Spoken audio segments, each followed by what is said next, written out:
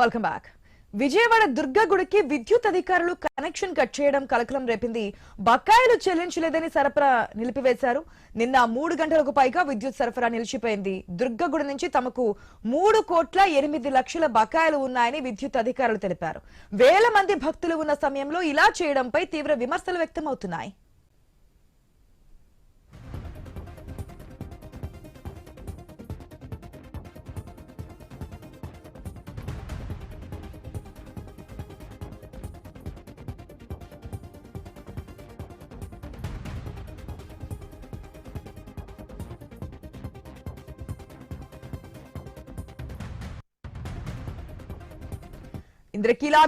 ఇంద్రకీలాద్రిపై ఉన్న తాగునీటి రిజర్వాయర్లు నింపేందుకు ఆలయ అధికారులు ఇబ్బందులు పడ్డారు.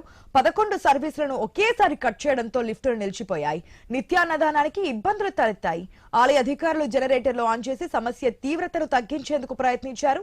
సోలార్ ప్లాంట్ నుంచి ఉత్పత్తి చేసి గ్రిడ్ కు అనుసంధానిస్తూ విద్యుత్ యూనిట్ల లెక్కలు తేల్చాలని ఆలయ అధికారులు కోరుతున్నారు. విద్యుత్ అధికారులు ఇచ్చిన నోటీసులో 30 లక్షల వరకు జరిమానాలున్నట్లుగా తెలుస్తోంది.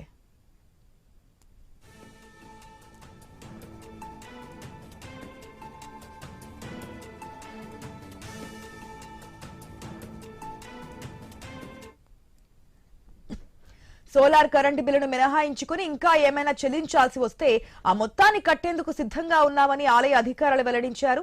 వాణిజ్య సంస్థ మాదిరిగా సిపిడిసిఎల్ వ్యవహరించడం ఏమిటని ప్రశ్నించారు. విద్యుత్ శాఖ అధికారుల వాదన మరోలా ఉంది.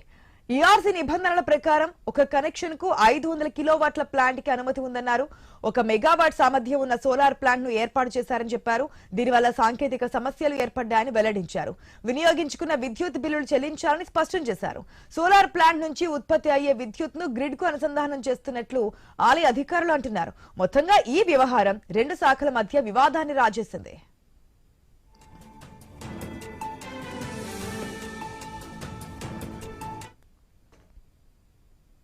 దుర్గా గుడికి విద్యుత్ సరఫరా నిలిపివేయడాన్ని దేవాదాయ శాఖ మంత్రి ఆనం రామనారాయణ రెడ్డి, విద్యుత్ శాఖ మంత్రి గొట్టిపాటి రవికుమార్ తీవ్రంగా పరిగణించారు.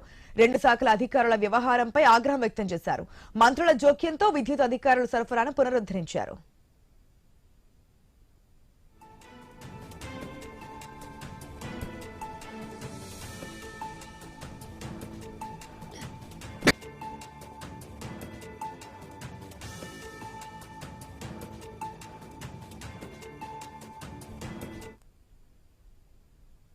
మనం చూస్తున్నాం విజయవాడ ఇంద్రకీలాద్రి అంటుంటారు. ఆ దుర్గమ్మ గుడికి విద్యుత్ అధికారులు కనెక్షన్ కట్ చేయడం అనేది ఇప్పుడు కలకలం రేపుతోంది.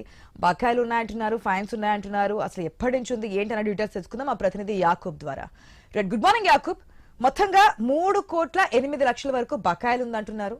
30 లక్షల వరకు ఫైన్సే దాంట్లో ఉన్నాయని చెప్తున్నారు. అసలు ఎప్పటి నుంచి బకాయిలు అనేది స్టార్ట్ అయ్యింది? ఇప్పుడైతే మళ్ళీ ఆ విద్యుత్ పునరుద్ధరించినట్టు తెలుస్తోంది. 2 శాఖల మంత్రులు కూడా రెస్పాండ్ కావడంతో అసలు ఎప్పటి నుంచి బకాయిలన్నీ స్టార్ట్ అయ్యాయి? ఈ స్థాయి వరకు రావడానికి కారణం ఏంటి?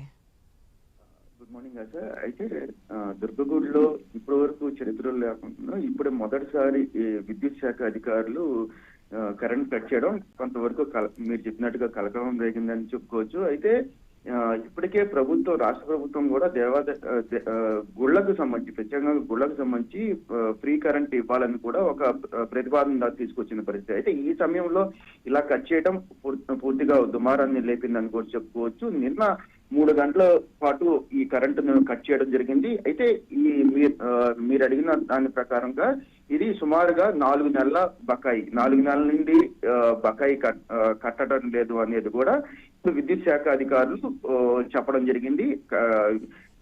ప్రతి నెల పూర్తి స్థాయిలో ఎప్పటికప్పుడు బిల్లులు కడుతున్న నేపథ్యంలో అయితే ఇప్పుడు సోలార్ ప్లాంట్ పెట్టడం జరిగింది. సోలార్ ప్లాంట్ 1 మెగావాట్ ప్లాంట్ ని అక్కడ అనుసంధానంగా గ్రిడ్ కి పెట్టడం జరిగింది. అయితే దానికి సంబంధించిన అమౌంట్ లెక్క చెప్పట్లేదు అనేది కూడా ఇప్పుడు దేవాదాయ అంటే టెంపుల్ అధికారులు అయితే చెప్తున్నారు. దానికి సంబంధించిన లెక్కలు తేల్చిన తర్వాతే బిల్లు కడతామని ఒక పక్కన అధికారులు అయితే చెప్తున్న పరిస్థితి. అయితే దానికి సంబంధించి పూర్తిగా డీటెయిల్స్ ఇవ్వలేదు అనేది కూడా ఒక ఆరోపణ ఉంది.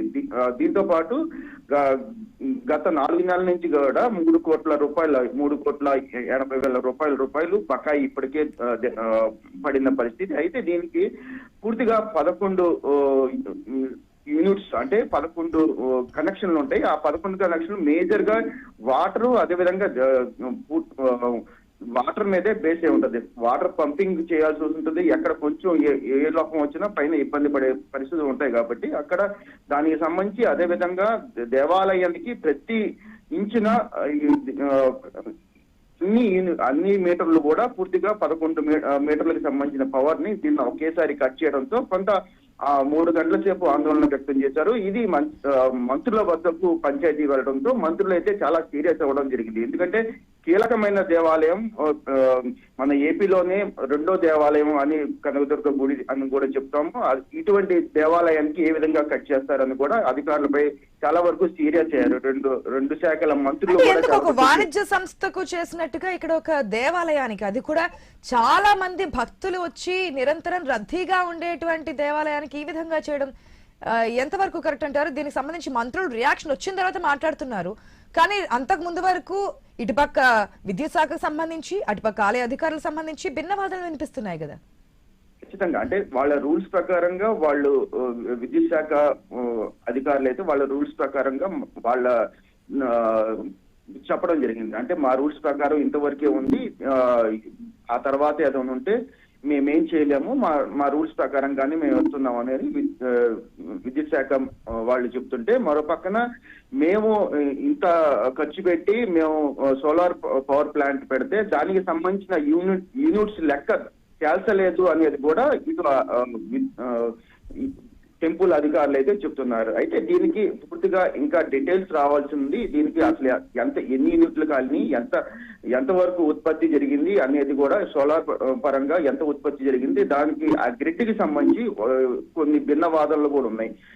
వీళ్ళు 1 కిలోవాట్ అంటే చెప్తుంటే వాళ్ళు డిఫరెంట్ గా చెప్తున్న పరిస్థితి, అది అఫీషియల్ గా అవ్వని పరిస్థితి అని కూడా అధికారులు అయితే చెప్తున్నారు. దీనికి సంబంధించి కొంత లోతైన దర్యాప్తు ప్రస్తుతానికైతే అధికారులతో పాటు మంత్రుల జోక్యంతో ఇది ఏ విధంగా చేయాలి ఏంటి అనేది కూడా ఇప్పుడైతే చర్యలు చేపట్టే అవకాశం ఉంది. ఏదేమటికి 3 గంటల సేపు పవర్ కట్ చేయడం, అదేవిధంగా దేవాలయంలో ఎప్పుడు రద్దీగా ఉండే దేవాలయం దుర్గగుడి దేవాలయం. నిన్న కూడా పెద్ద ఎత్తున భక్తులు వచ్చిన పరిస్థితుల్లో కరెంటు పోవడంతో కొంత భక్తులు ఆందోళన వ్యక్తం చేయడం కూడా జరిగింది. ఎందుకంటే గర్భగుడి లోపలికి వెళ్లే దగ్గర కొంత చీకటిగా ఉన్న పరిస్థితి.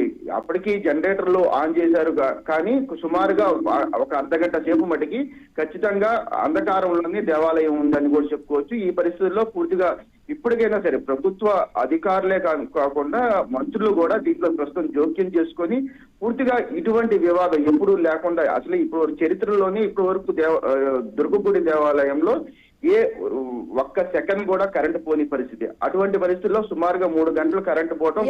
ఇప్పటికైనా సరే మరొకసారి ఇటువంటి ఘటనలు అంటే మళ్ళీ విద్యుత్ కట్ చేయడం కానీ ఇట్లాంటి ఘటనలు పునరావృతం కాకుండా చర్యలు తీసుకున్నట్టేనా భక్తులకు ఎటువంటి ఇబ్బందులు కలగకుండా?